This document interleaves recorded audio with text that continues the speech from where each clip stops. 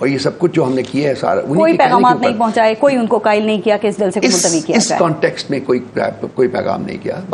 باقی چیزیں جو تھی ایڈمنسٹریٹو میٹرز ہیں اور باقی ڈسیشنز ہیں وہ ان کے ساتھ ڈسکس کیے. اب یہ جلسہ یوم عاشور کے بعد ہوگا؟ جی, یوم عاشور کے بعد ہم نے پٹیشن تو میں نے کہا کہ وہ منڈے کو لگے گی, منڈے کو کل سنائی دیں گے. ہم یہ بھی چاہتے تھے, جو میں نے دوسرا کہا کہ اس کے بعد ہماری پولیٹیکل کمیٹی کی میٹنگ ہوئی تو اس میں بھی یہ دو آراء کنٹینیو کر رہی تھی. کچھ لوگ تھے جو کہ کہہ رہے تھے کہ جی لازمی ہونا چاہیے. دوسرے ہم نے یہ بھی ایک فیکٹر یہ بھی تھا کہ یہ جو لوگ ہیں ایڈمنسٹریشن کے, جو ڈپٹی کمشنر ہے اور باقی لوگ جو کہ اس میں کرتا دھرتا تھے, ان کو جو اکاؤنٹیبل کرائیں گے ہم کورٹ کے سامنے. وہ کنٹیمپٹ ہے, دس از اے اسٹریٹ کنٹیمپٹ. آپ جب بھی جلسہ کرتے ہیں, اگر جب بھی آپ ڈیٹ اناؤنس کرتے ہیں وفاق میں یا پنجاب میں, آپ کو لگتا ہے کہ آپ کو جلسہ کرنے دیا جائے گا سر؟ یہ بھی فیصلہ ہو گیا ہے. صحیح کہہ رہی ہیں آپ, مجھے پتا ہے, یہ میری بھی کنٹینشن ہے, ذاتی کنٹینشن بھی ہے کہ جی یہ آپ کو کبھی جلسہ نہیں کرنے دیں گے. لیکن اگر آئندہ میں کسی جلسے کی ہمیں نہ اجازت دی گئی تو ہم جلسہ ہولڈ کریں گے. سر, اسلام آباد ہائی کورٹ کے احکامات تو ابھی بھی آپ کے پاس تھے, لیکن سر جو انتظامیہ اس کے بھی تو کچھ ریزرویشنز ہیں نا. وہ یہ کہتے ہیں کہ جی وہ دودھ کا جھلا چھاچھ بھی پھونک پھونک کر پیتا ہے, پھر وہ تو ایک 9 مئی کا واقعہ آ جاتا ہے, پھر وہ کہتے ہیں جی وائلنٹ ہو جاتے ہیں, ماحول خراب ہو جاتا ہے, تو ان کے ذہنوں میں یہ چیز ہے کہ نہیں جلسہ کرنے دینا. پارس 9 مئی کے بارے میں ہم بار بار کہہ چکے ہوئے ہیں, جوڈیشل کمیشن بنائیے تاکہ اصل مجرمین کا پتہ چل سکے. جب تک یہ نہیں ہوتا 9 مئی جو ہے ٹوٹلی ریلیونٹ ہے ہمارے لیے, ہم نے نہیں کیا.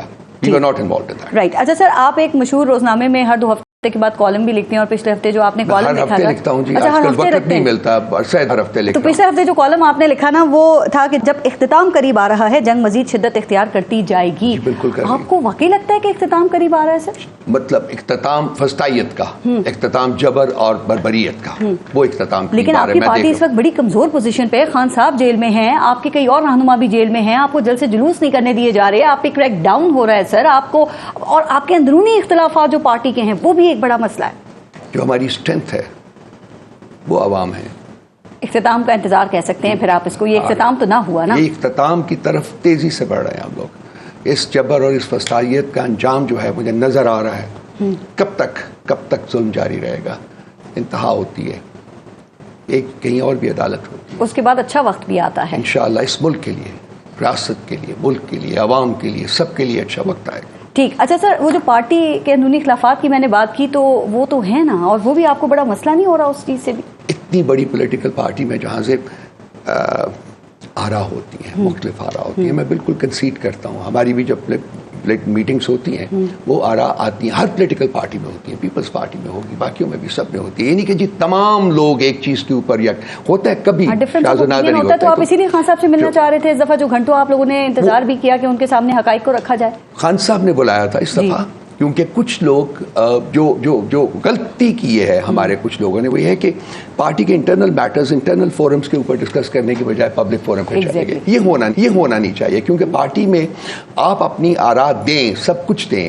جتنا آپ اسرٹیولی اس کو ایکسپریس کرنا چاہتے ہیں کریں, لیکن وہ پبلک فورم پہ نہیں جانے چاہیے. تو یہ جب پبلک فورم پہ گئے تو خان صاحب تک بھی باتیں پہنچی, تو وہ انہوں نے سب لوگوں کو بلایا کہ آؤ بھی بیٹھو, تو وہ ہونا تھا. لیکن سر, لیکن وہ جو یہ کروا رہے ہیں اپنے ٹوٹیز اور اپنے جی بھیج کے پارٹی میں تفرقہ ڈالنے کی کوشش کر رہے ہیں, وہ نہیں چاہتے نا کہ یہ ریکنسیلیشن ہو. لیکن نہ ملنے کے باوجود خان صاحب کو ہم جب آئے, وہاں میڈیا کھڑا تھا, تو اس کے سامنے ہم لوگوں نے ہاتھ پڑھ کے سب نے بات کی. کاز جو ہے, مشن ہے, اس میں ہم سب ایک, اور خان کے لیے بھی سب ایک ہیں آپ کہتے ہیں. سر وہ لوگ جو پارٹی چھوڑ کے جا چکے ہیں اور اس وقت آپ کو پتہ ہے نا بڑے ہاتھ پاؤں مار رہے ہیں واپس پارٹی میں آنے کے لیے, تو خان صاحب ان کے حوالے سے کیوں نہیں کوئی ڈیسیشن لے پا رہے کہ جی ان کو رکھنا ہے نہیں رکھنا؟ کیا خان صاحب بھی کنفیوز ہیں کہ رکھیں یا نہ رکھیں؟ کوئی کنفیوژن نہیں ہے پارس. انہوں نے بسا اوقات یہ کہا ہے کہ میں جب آؤں گا تو ہم پھر پرسن ٹو پرسن دیکھیں گے کن وجوہات کی وجہ سے کوئی گیا ہے. اگر تو کوئی جینوئن وجوہات تھی, لائک دیکھیں اگر آپ مجھے پکڑ لیں کل اور وہی کریں جو کہ میرے باقی دوستوں کے ساتھ, ہمارے کولیگز کے ساتھ ہوا ہے, تو انسان میں کتنی سخت ہوتی ہے, کتنی, ٹھیک ہے. تو اگر میرے ساتھ اگر زیادتی ہوتی ہے, اور بھی بہت کچھ ہے جو کہ میں پبلک ڈومین کے اوپر بات بھی نہیں کر سکتا کہ کیا کیا ہوا ہے, تو وہ ایک جینوئن کیس بن جاتا ہے. ٹھیک ہے, انہوں نے کہا کہ میں کیس ٹو کیس دیکھوں گا اور فیصلہ کریں گے کہ کس نے آنا ہے اور کس نے نہیں آنا. اگر کسی نے آنا ہے وہ بھی ہم ڈیسائیڈ سر. لیکن آپ نے تو کہا نا کہ جو پارٹی سے ابھی جا چکے ہیں, جو پارٹی کو چھوڑ چکے ہیں, وہ اس وقت پارٹی کا حصہ نہیں, اور خان صاحب نے کہا ہے کہ ان کو نہیں لیا جائے گا پارٹی کے اندر واپس. جو پارٹی کو چھوڑ چکے ہوئے ہیں بغیر کسی وجہ کے اور بغیر کسی مطلب تشدد کی کارروائی کے, ان کو نہیں لیا جائے گا. لیکن یہ فیصلہ جو ہے, میں پھر ریٹریٹ کرنا چاہتا ہوں, یہ فیصلہ میں نہیں کر رہا, یہ فیصلہ خان صاحب آئیں گے جب. خان صاحب نے کہا نا یہ تو سر, اس کو آفیشیلی کیوں نہیں اناؤنس کیا جا رہا, یا کوئی پریس ریلیز پارٹی کی کیوں نہیں جاری؟ آپ تو کر سکتے ہیں. پریس ریلیز جاری کر دی گئی ہے, میں بسا اوقات کہہ چکا ہوں, ابھی بھی کہہ رہا ہوں. I am the principal spokesperson of the party, so جو میں کہتا ہوں وہ پارٹی کی پالیسی ہوتی ہے, میری نہیں ہوتی. اور جو چھوڑ کر گئے ہیں, فواد چودھری ہیں, عمران اسماعیل ہیں اور دیگر, وہ کہتے ہیں جی جیلیں ہم نے بھگتی ہیں. جو اس وقت قیادت موجود ہے انہوں نے تو جیلیں نہیں بھگتی نا. خیر آپ پہ تو قاتلانہ حملہ بھی ہوا سر, لیکن وہ اپنی قربانیوں کی بات کرتے ہیں, کیسے روک سکتے ہیں آپ؟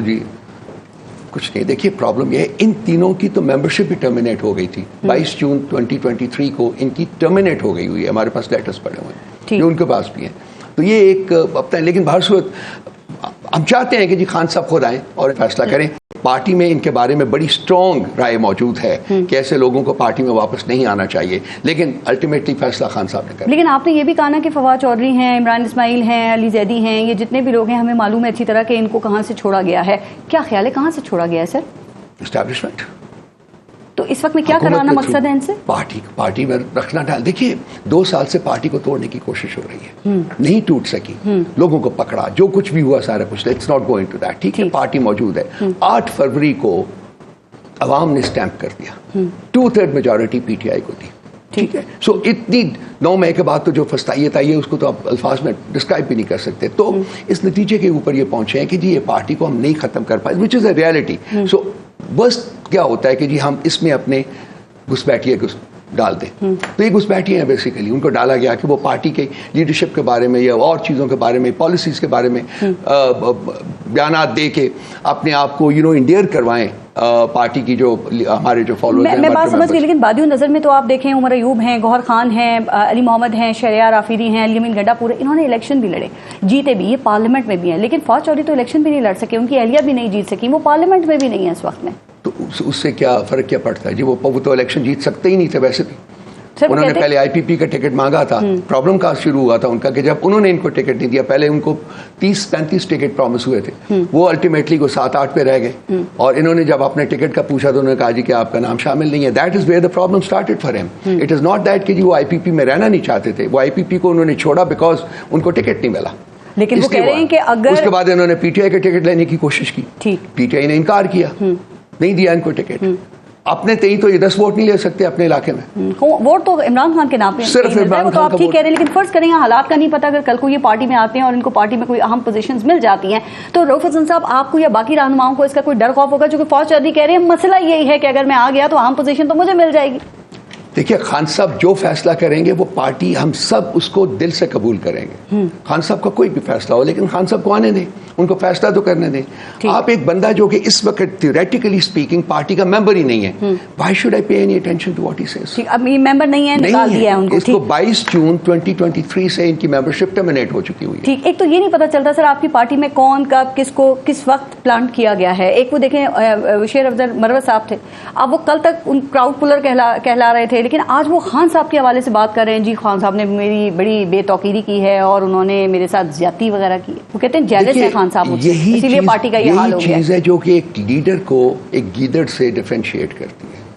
جو لیڈر ہوتا ہے وہ کھڑا رہتا ہے. میں اپنی کنوکشن کی وجہ سے پچھلے 32-33 سال سے خان کے ساتھ ہوں, پارٹی کا ممبر جو بھی ہے, میں اپنا کام بھی کرتا تھا, پارٹی میں بھی کام کرتا تھا, میں نے کبھی عہدوں کے پیچھے نہیں بھاگا. لیکن میں آج اس کے اوپر مشکل وقت ہے, I am standing with him. یہ لیڈر جو ہے, یہ لیڈر جو ہوتا ہے اور جو گیدڑ ہوتا ہے, اس میں فرق یہ ہوتا ہے کہ وہ مشکل وقت میں اپنے لیڈر کو نہیں چھوڑتا.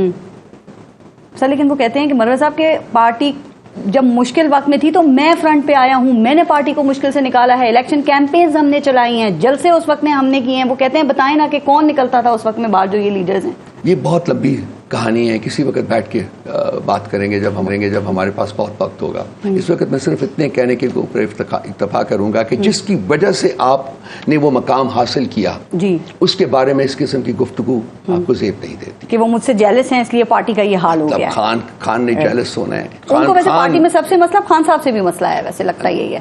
میں نہیں کچھ کہنا چاہتا because I don't want to further aggravate the situation but I hope he understands کہ اس قسم کے بیانات دینے سے آپ نہ لیڈر بنیں گے نہ خان کی پوزیشن کو کوئی افیکٹ. سر وہ پارٹی میں ہیں شیر افضل مروت صاحب؟ بالکل ہیں جی, بالکل ہیں جی, اس وقت تک پارٹی میں موجود. ایکٹیو ممبر بھی ہیں؟ کافی عرصے سے ایکٹیو نہیں رہے وہ. اوکے, اچھا سر, کیونکہ وہ آپ ان میں 2 جو کمیٹیز ہیں ان کے ممبر نہیں ہیں, وہ کور کمیٹی اور پولیٹیکل کمیٹی کے وہ ممبر ہیں. اجلاسوں وغیرہ میں بھی نہیں جاتے؟ وہ ممبرشپ چونکہ ممبر نہیں ہے وہاں تو اس میں نہیں, ریلیٹیولی بہت ان ایکٹیو ہو گئے. رائٹ, آگے بڑھتے ہیں سر. جسٹس قاضی فائز عیسیٰ کے اوپر آپ لوگوں کو کیا اعتراض ہے؟ خان صاحب نے اور آپ لوگ کہتے ہیں کہ جی وہ جو پاکستان تحریک انصاف سے متعلق بینچ ہیں وہ اس میں نہیں بیٹھیں گے, کیوں؟ پچھلے آپ جب سے قاضی فائز عیسیٰ صاحب میں بصد احترام عرض کر رہا ہوں, آپ چیف جسٹس بنے ہیں اور اس سے پہلے کا بھی جو ایک ٹریک ریکارڈ ہے پورا, جب ہم نے ایک ریفرنس ان کو موو کیا تھا اور تو ان کے بیانات اور ان کی بیگم صاحبہ کے بیانات جو ہیں, میں نے کچھ دیر پہلے 6-7 دن پہلے پریس کانفرنس کی تھی تو وہ 13 آئٹمس تھے جو کہ میں نے پریزنٹ کیے تھے as proof of the fact that he carries a bias against P T I اور عمران خان. اس کے علاوہ جسٹس گلزار صاحب کے 5 ممبر بینچ کی ایک ججمنٹ بھی ہے ان کے بارے میں کہ جی یہ عمران خان یا پی ٹی آئی کے کسی کیس میں نہیں فری. سر ایک سیکنڈ دیکھیں, یہ اس وقت یہ جب خان صاحب وزیر اعظم تھے اور پاکستان تحریک انصاف نے جسٹس قاضی فائز عیسیٰ کے خلاف ریفرنس فائل کیا تھا. آپ جس فیصلے کی بات کر رہے ہیں سابق چیف جسٹس گلزار احمد صاحب کی, اس کیس میں یہ کہاں لکھا ہے کہ وہ آگے بھی justice Qazi Faez Isa P T I کا کوئی کیس نہیں سن سکتے؟ ہے جی, ساری کچھ ہے. ججمنٹ اس وقت تک انٹیکٹ رہتی ہے جب تک کہ اس کو ختم نہ کیا جائے. اگر یہ چاہتے ہیں کہ یہ اپنے کیسز میں بیٹھے تھے, ان کو ایک لارجر بینچ بنانا چاہیے تھا جو اس ججمنٹ کو انال کرتی, ٹھیک ہے, اس کے بعد ان کا بیٹھنا بن جاتا تھا. لیکن اس کے باوجود اس پہ پی ٹی آئی کا لکھا ہے کہ پی ٹی آئی وہ خان صاحب کا تھا نا, خان صاحب کے حوالے سے, تو پی ٹی آئی کے حوالے سے تو نہیں تھا کہ جس سے پی ٹی آئی سے متعلق کسی بینچ میں نہیں بیٹھ سکتے. خان صاحب کے بارے میں ہے جی, سب ہر چیز خان صاحب کے بارے میں. تو پی ٹی آئی سے متعلق, اور وہ وزیر اعظم تھے اس وقت, تو پی ٹی آئی سے متعلق بینچ پہ تو وہ بیٹھ سکتے ہیں, کیسز تو سن سکتے ہیں. پی ٹی آئی کا انٹرسٹ خان صاحب کا انٹرسٹ ہے, خان صاحب کا انٹرسٹ پی ٹی آئی کا انٹرسٹ ہے. سو بیسیکلی ہماری لیگل انپوٹ ہے جو ہمیں ملی ہے, وہ ٹیکنیکلی وہ اس بینچ کا حصہ نہیں بن سکتے. ٹھیک ہے, ان کو چاہیے لارجر بینچ بنائیں, 7, 8, 9, 10, 12 بندوں کا, یہ فل کورٹ بٹھائیں, بلکہ فل کورٹ بٹھائیں اور وہ اس فیصلے کو انال کریں. اس کے علاوہ ان کی بیگم صاحبہ کے بیانات, ان کے اپنے بیانات, ان کے بارے میں پھر جو ججمنٹس آئی ہیں ہمارے بارے میں, خاص کر یہ جو ابھی کورٹ جب پروسیڈنگز ہو رہی تھی تو تمام جج صاحبان نے کہا ہے کہ ہم الیکشن کمیشن کو پروٹیکٹ کرنے کی کوشش کر رہے ہیں, اور یہ کہ اصل فلا جو ہے وہ الیکشن کمیشن کے ڈیسیشنز میں ہے. لیکن ہر دفعہ جو ہے وہ انفارچونیٹلی میں کہوں گا وہ الیکشن کمیشن کو پروٹیکٹ کرنے کے لیے ہی وڈ انٹروین. سر ایک بات آتی ہے کہ آپ لوگ ججز کے حوالے سے بڑے نامناسب اور تلخ الفاظ بھی استعمال کرتے ہیں, لیکن آپ کو توہین عدالت کے نوٹسز بھی ایشو نہیں ہوتے ہیں. خاص کر مصطفیٰ کمال اور فیصل وابڈا کو دیکھیں, معافیاں تک مانگنی پڑ گئی. تو وہ جو عدلیہ کی سہولت کاری ہے وہ کہیں نہ کہیں تو کہا جا رہا ہے کہ پی ٹی آئی کے لیے موجود ہے. صاحب حل نہیں ہے ہمارے لیے, بالکل صاحب. دیکھیے میں I am a firm believer کہ جو ریاست کے ستون جو ہیں اس میں سے سب سے امپورٹنٹ ستون جو ہے نا وہ عدلیہ کا ہے. سر آپ نے بھی تو کیا تھا نا, آپ نے جسٹس قاضی فائز عیسیٰ کے لیے نہیں کہ اٹارنی جنرل نے ان کو بتایا کہ رؤوف حسن صاحب جو ہیں وہ توہین عدالت کرتے ہیں, تو قاضی صاحب نے کہا کہ یہ کون ہے رؤوف حسن صاحب؟ انہوں نے کہا مجھ پہ تنقید کریں گے, میں اس کا جواب نہیں دوں گا, کیونکہ بچپن میں امی کہتی تھی کہ جو کہتا ہے وہی ہوتا ہے. دیکھیے اس کے بعد انہوں نے اور بھی بہت کچھ کیا تھا. میرا لنک جو ہے میرے بھائی سے جوڑنے کی کوشش کی تھی اور کہا تھا کہ ہم نے تو اس کو بڑا ریلیف دیا ہے, جس کا جواب میں نے دیا تھا کہ ہم تو یہ سمجھے بیٹھے تھے کہ اس عدالت سے جو فیصلے آتے ہیں وہ انصاف اور قانون کے مطابق آتے ہیں. تو یہ ریلیف کا لفظ جو ذرا غلط تھا, وہاں ریلیف تو نہیں ملا. اگر اسے کچھ ریلیف ملی ہے تو وہ آن دی بیسس آف لا ملی ہوگی نا. تو اس کا, اور کہتے تھے کہ جی اس نے یہ بھی کہا کہ شاید میں اس سے جیلس ہوں. بھائی میں اپنے بھائی کو ریلیف ملنے یا جو کچھ بھی کہہ لے, انصاف میں کہوں گا, انصاف ملنے سے میں کیوں جیلس ہوں؟ صحیح, کون کہتا تھا کہ آپ اپنے بھائی سے جیلس ہیں؟ کس نے کہا؟ مجھے نہیں پتا, تو انہوں نے کہا ہے. یہ تو چیف جسٹس آف پاکستان نے عدالت میں کہا ہے, عدالت میں کہا ہے, عدالت میں کہا ہے. ایک یہ چیز بڑی آپ کی جماعت کے حوالے سے سامنے آ رہی ہے کہ مرض بڑھتا گیا جوجود دوا کی. اب آپ کو لگتا ہے کہ کچھ حالات آپ کے بدل رہے ہیں اور کوئی دوا کا اثر ہوگا یا دوا کام کرے گی؟ میں اس لیے یہ کہہ رہی ہوں کہ آپ کے کیسز جو ہیں وہ بڑے زبردست طریقے سے شروع ہوتے ہیں. ایک عدالت سے آپ کو ریلیف بھی مل جاتا ہے, اس کے بعد پھر وہ کہیں نہ کہیں سے ریلیف ختم ہو جاتا ہے اور معاملات زیرو پہ آ جاتے ہیں. ابھی یہ دیکھ لیں ٹریبونلز والا, پنجاب ٹریبونلز والا جو کیس ہے اس کی مثال سامنے. پنجاب ٹریبونلز جو تھے وہ اچھے بنے تھے, جسٹس شہزاد صاحب نے ٹھیک بنائے تھے. اب کیا ہوا ہے؟ آئینی تھے یا نہیں؟ آرٹیکل 219 کے مطابق تھے یا نہیں؟ آئینی تھے, لیکن اس کے بعد کیا ہوا ہے؟ اسٹیبلشمنٹ پریشر پڑا ہے, وہ انہوں نے اس کو ریورس کرنے کی کوشش کی ہے, اور اب پھر کی پریزیڈنٹ کی موجودگی میں جو بینچ ہے انہوں نے اس کو سسپینڈ کیا اس فیصلے کو اور کہا ہے جی کہ اب یہ الیکشن کمیشن اور جو نئی وہاں چیف جسٹس صاحب ہیں وہ بیٹھ کے اس کو سارٹ آؤٹ کریں گے. تو یہ ڈیفینیٹلی وہ جو بینچز ہیں وہ ختم ہو جائیں گے. یہ اب ریٹائرڈ ججز کے بینچز بنیں گے جن سے مرضی کے فیصلے لیے جائیں گے. سر یہ ٹریبونلز بنانا کس کا اختیار ہے؟ آئین کا آرٹیکل 219 کیا کہتا ہے؟ ہماری لیگل ان پٹ ہے کہ یہ chief justice of Lahore high court جس ڈومین میں ہے وہاں کی ہائی کورٹ کے چیف جسٹس. لیکن یہاں پہ بھی مسئلہ یہ ہے کہ آپ کی مرکزی پالیسی سامنے نہیں آتی. مخصوص نشستوں کا کیس جو ہے اس میں آپ کیا دیکھ رہے ہیں؟ 8 اس کی سماعت ہو چکی ہیں تو کیا امید ہے کیا فیصلہ آ سکتا ہے؟ نشستیں ملیں گی نہیں ملیں گی یا لگتا ہے کسی کو بھی نہیں ملیں گی؟ میں امید کرتا ہوں کہ چونکہ یہ لارجر بینچ ہے اس لیے جج صاحبان جو ہیں اپنے ضمیر اور آئین اور قانون کے مطابق فیصلہ کریں گے. 13 ججز اس میں بیٹھے ہیں. اکیلے قاضی صاحب فیصلہ نہیں کریں گے. تو وہی میں کہہ رہا ہوں کہ اپنے ضمیر اور آئین اور قانون کے مطابق فیصلہ کریں گے. جو فیصلہ ہوگا اس کو دیکھیں گے. ہمیں پوری امید ہے کہ فیصلہ جو ہے وہ ہمارے حق میں ہوگا. اور نہیں ہوتا تو قبول کریں گے؟ بحالت مجبوری کچھ نہیں کر سکتے. دیکھیے ہم نے کوئی لڑنا تو نہیں ہے. پولیٹیکل پارٹی ہیں ہم. سر آپ کیوں سمجھتے ہیں آپ کی پارٹی میں یہ خدشہ پایا جا رہا ہے کہ پی ٹی آئی پہ پابندی لگ سکتی ہے، بین لگ سکتا ہے؟ کیوں؟ یہ پنجاب سے خبریں ایمنیٹ کر رہی ہیں. وہاں آج سے کوئی تقریباً 3-4 ہفتے پہلے ان کی کیبنٹ نے پاس بھی کیا تھا جی کہ وہ انہوں نے ہوم ڈپارٹمنٹ کو بھیجا ہوا ہے ان پٹ کے لیے. ابھی کوئی 3-4 دن پہلے پھر افواہیں گردش کر رہی تھی. تو کوشش تو ہے نا ان کی. دیکھیے جب 4 کیسز سے نکل جائیں گے تو ان کا یہ بالکل ارادہ نہیں لگتا مجھے کہ خان صاحب کو باہر آنے دیں چاہتے ہیں وہ. لیکن ان شاء اللہ تعالیٰ ہمیں امید ہے کہ خان صاحب بہت جلدی باہر آئیں گے. آنا بھی چاہیے بیکاز کوئی وجہ نہیں کہ وہ جیل میں رہیں. وہ تو خان صاحب پہ کیسز بنانے کی بھی پنجاب گورنمنٹ کی طرف سے بات ہو رہی ہے، بغاوت کی، ملک دشمنی کے. تو آپ کو لگتا ہے اس طرح وہ پنجاب حکومت کی تحویل میں بھی جا سکتے ہیں؟ اس وقت وہ کس کی تحویل میں ہے؟ لیکن ابھی تو اڈیالہ جیل میں ہے نا، اسلام آباد. اڈیالہ پنجاب میں ہے جی، پنڈی میں. پھر کوٹ لکھپت جیل جا سکتے ہیں اس وقت؟ یہ تو اب ایڈمنسٹریشن کا فیصلہ ہے کہ انہوں نے ان کو کہاں رکھنا ہے. اس وقت اڈیالہ ہے. اڈیالہ بیسیکلی پنجاب کا حصہ ہے. سر لیکن وہ جورسڈکشن تو اسلام آباد ہائی کورٹ کی ہے نا، پھر اس میں آتے ہیں نا.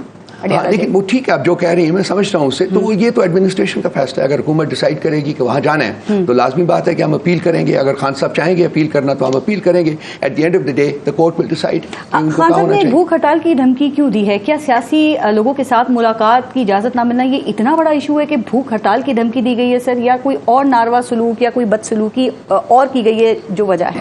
I'll put it this way کہ کون سی بدسلوکی نہیں کی گئی ان کے ساتھ، نہیں کی جا رہی. Humiliation جو 6 to 8 میں ان کو رکھا ہے that's a whole it boils آج کل کے موسم کے اعتبار سے boils وہاں رکھا گیا ہے. تو کون سی بدسلوکی ہے جو کہ ان کے ساتھ نہیں کی جا رہی؟ کس طریقے سے ان کو توڑنے کی کوشش نہیں کی جا رہی؟ بھوک ہڑتال کی صرف ایک وجہ نہیں ہے. وہ مرد مجاہد کھڑا ہے، وہ کہتا ہے میں نے کمپرومائز نہیں کرنا. بھوک ہڑتال کی دھمکی کس بات پہ دی؟ تو پہلے سے بھگت رہے ہیں. لاسٹ ریزورٹ انہوں نے یہ کہا ہے کہ میں اپنے رفقا سے اس کے بارے میں بات کروں گا کیونکہ خان جب بھوک ہڑتال کرے گا تو پورا ملک بھوک ہڑتال کرے گا. کرنی چاہیے آپ کے خیال میں؟ ایک بندہ نہیں کرے گا. یہ نتیجہ خیز ثابت ہوگا.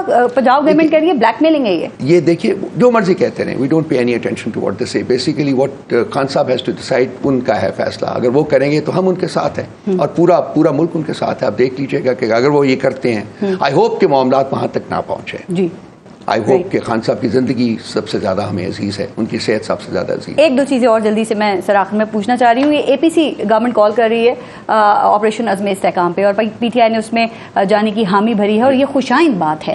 آپ کو لگتا ہے جو آپ کے تحفظات ہیں وہ اس اے پی سی میں ایڈریس ہو سکیں گے؟ اور اگر ہو گئے تو کیا پھر مخالفت ختم ہو جائے گی آپ کی طرف سے؟ دیکھیے ہمارے تحفظات کیا ہیں. یہ جو آپریشن ہے یہ بیسیکلی کے پی فوکسڈ ہے. جی بالکل.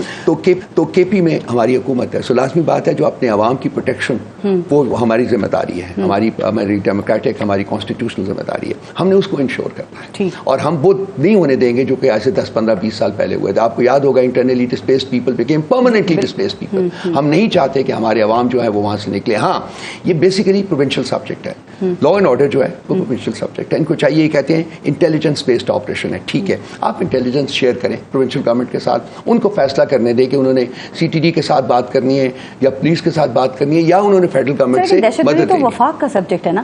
دیکھ لا اینڈ آرڈر جو ہے وہ پروونشل سبجیکٹ ہے. خیبر پختونخوا میں جو اس وقت حالات ہیں اس میں آپریشن کے علاوہ اور آپ کیا حل دیکھ رہے ہیں؟ ابھی پچھلے دنوں آپ کے سینیٹر سابق جو ہدایت اللہ صاحب تھے وہ باجوڑ میں شہید ہوئے. جی ویری انفارچونیٹ. خدا ان کی مغفرت کرے سب.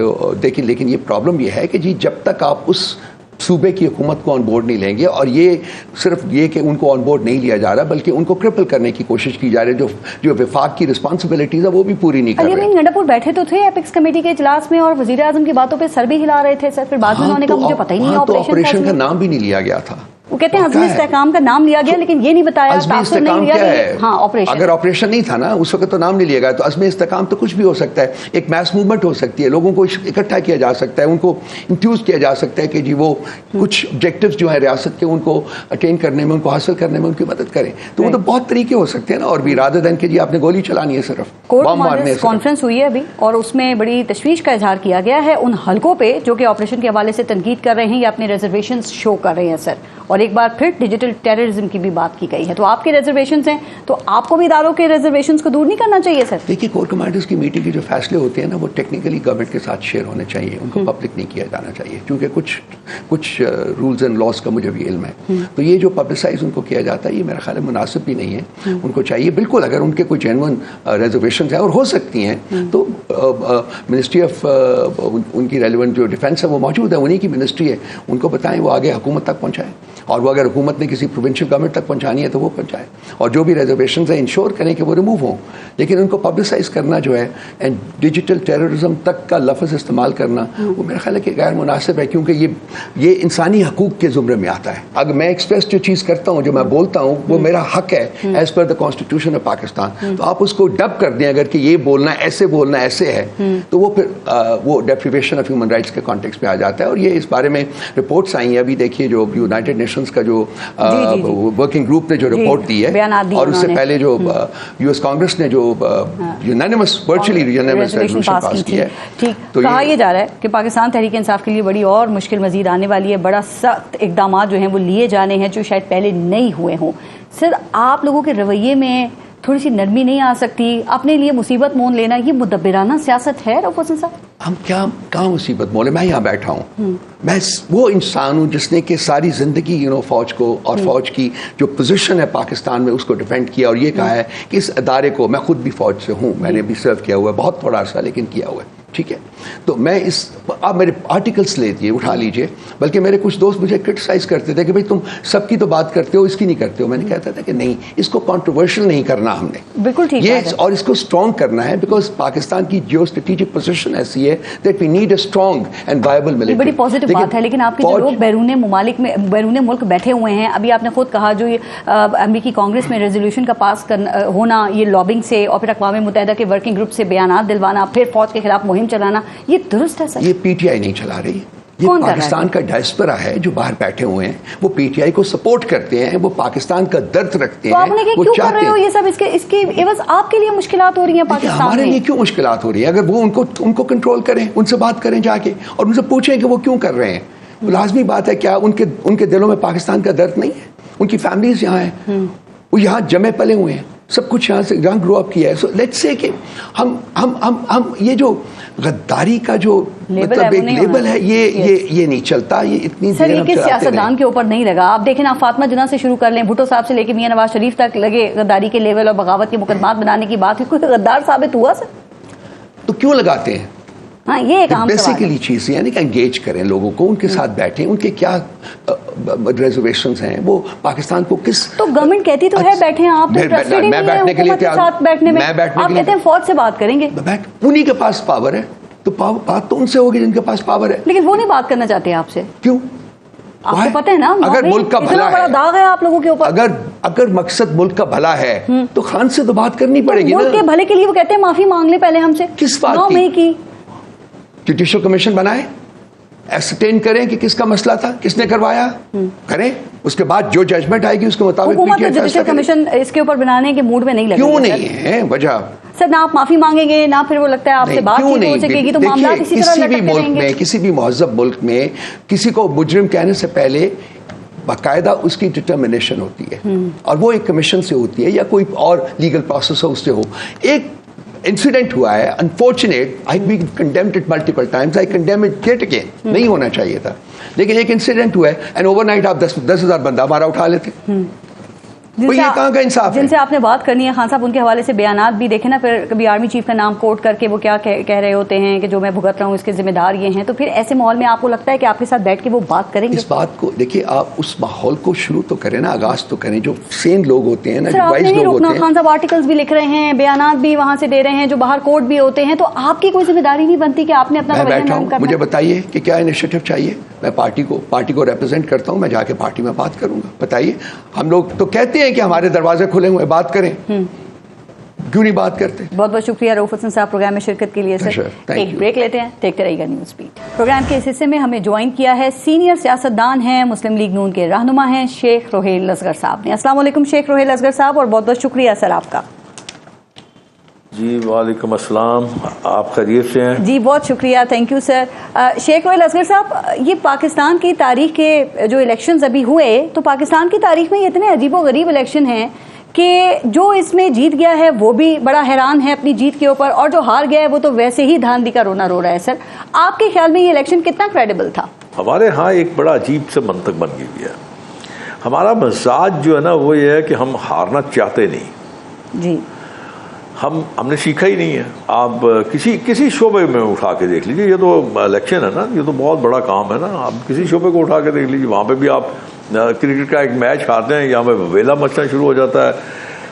25 کروڑ عوام جو ہیں وہ سلیکٹر بن جاتے ہیں، اور ٹیکنیکل اپنی ساری جو ہے آرا وہ آ کے ٹی وی پہ کھیلنا شروع کر دیتے ہیں. اور یہاں پہ بھی یہی حال ہے.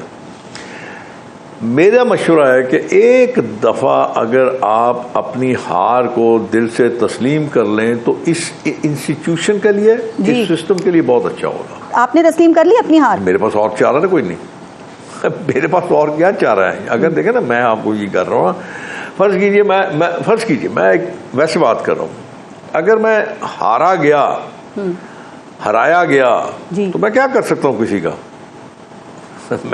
میں کسی کا بال بھی بیکا نہیں کر سکتا. آپ ٹریبونل میں جا سکتے ہیں سر، ابھی ٹریبونل بن جائیں گے. آپ نے کہا نا میرے پاس کوئی اور چارہ نہیں تھا، یا دل سے ہار تسلیم کرتے ہیں، دو مختلف چیزیں ہیں نا، کیونکہ آپ نے کہا یہاں کوئی ہارنا نہیں چاہتا. میں اکثر یہی کرتا ہوں پارس، میں اکثر یہی میرا مزاج ہی ایسا ہے. میں جیتتا ہوں تب بھی خاموشی سے بیٹھ جاتا ہوں، جب ہارتا ہوں تب بھی خاموشی سے بیٹھ جاتا ہوں. کیا کروں گا؟ ٹھیک ہے، پھر صحیح، اپنی غلطیاں، کوتاہیاں، خامیاں، خرابیاں ان پہ نظر دوڑاؤں گا اور دیکھوں گا. اگر زندگی رہی تو پھر دوبارہ. بس یہی وجہ ہے نا کہ آپ پھر وزیر نہیں بنتے.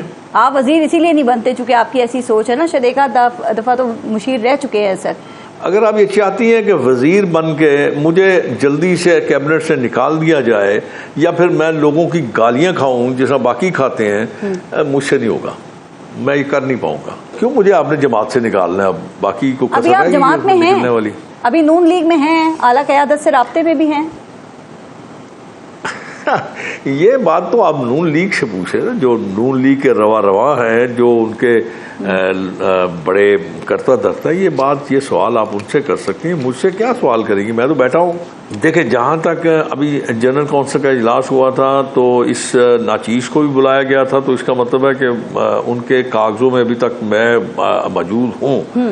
تو جنرل کونسل پہ تو اسی کو بلایا جاتا ہے نا، مطلب پورے پاکستان سے لوگوں کو بلایا گیا. میں بھی اس میں گیا تھا، مجھے بھی بلایا گیا تھا تجدید کے لیے، جو صدارت کی تجدید تھی اس کے لیے. تو تب تک تھا، آج کا مجھے نہیں پتا. میں کچھ کہہ نہیں سکتا، نہ مجھے کسی نے اشارتاً یا تحریراً کچھ بات مجھ سے کی نہیں اس قسم کی. میں آپ اس بارے میں کیا کہہ سکتا ہوں اس میں. ٹھیک، تو یعنی کہ ہم یہ سمجھے بھی آپ نون لیگ میں ہی ہیں. سر آپ کا الیکشن کے بعد میاں نواز شریف صاحب سے کوئی رابطہ ہوا، کوئی بات چیت ہوئی، کوئی ملاقات وغیرہ ہوئی الیکشن کے بعد آپ کی؟ کیونکہ الیکشن سے پہلے جنوری میں تو ہوئی تھی، وہ جو ٹکٹ کا مسئلہ تھا آپ کا جو حل ہو گیا. میں نے ایک آدھ دفعہ کوشش کی تھی، لیکن میاں صاحب اس وقت غالباً سے ایکٹیو نہیں تھے اور ان کی ملاقات بھی بند تھی. تو میں پھر اس انتظار میں تھا کہ شاید جب وہ فراغت کا وقت ہوگا تو پھر وہ شاید انشاءاللہ یاد کر لیں. جب یاد کریں گے چلے جائیں گے. تو آپ کو لگتا ہے کہ ابھی وہ سیاست میں اس طرح سے ایکٹیو ہیں، اور جو اس وقت جو کچھ ہو رہا ہے، جس طرح حکومت چل رہی ہے، اس سے خوش بھی ہیں؟ نہیں، ابھی تک سیاست میں ایکٹیو نہیں ہے. اور انہوں نے میں نے ان کا اصل پہ کوئی ایسا بیان بھی نہیں دیکھا اور نہ سنا جس سے میں اندازہ لگا سکوں کہ وہ خوش ہیں یا ناخوش ہیں.